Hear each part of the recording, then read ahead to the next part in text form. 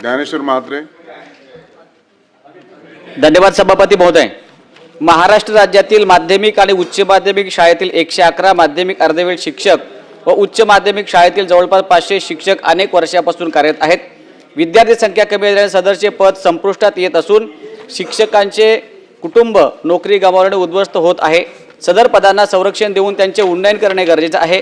तसेच शासकीय आदिवासी आश्रमशाळेतील 10 वर्षापेक्षा जास्त सेवा केलेल्या शिक्षकांना समान काम समान वेतन याकरता शासन आदेश आहे.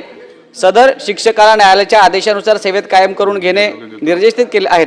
मात्र शासनाने दुसऱ्या न्यायालयाचा आदेशाचा अर्थ लावून त्या शिक्षकांना सेवेत कायम करण्यापासून वंचित ठेवले आहे.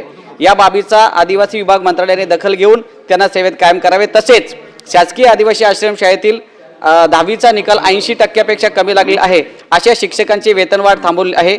विद्यार्थी दुर्गम भागातून असल्याने विद्यार्थ्यांमध्ये बुद्धिमत्ता विभिन्न आहे. याचा विचार करून ती अट शिथिल करावी. या तिन्ही गोष्टींचा विचार करून मंत्री महोदय आपण त्यांना दिलासा द्यावा अशी मी पॉइंट ऑफ इन्फॉर्मेशन या ठिकाणी मांडत आहे.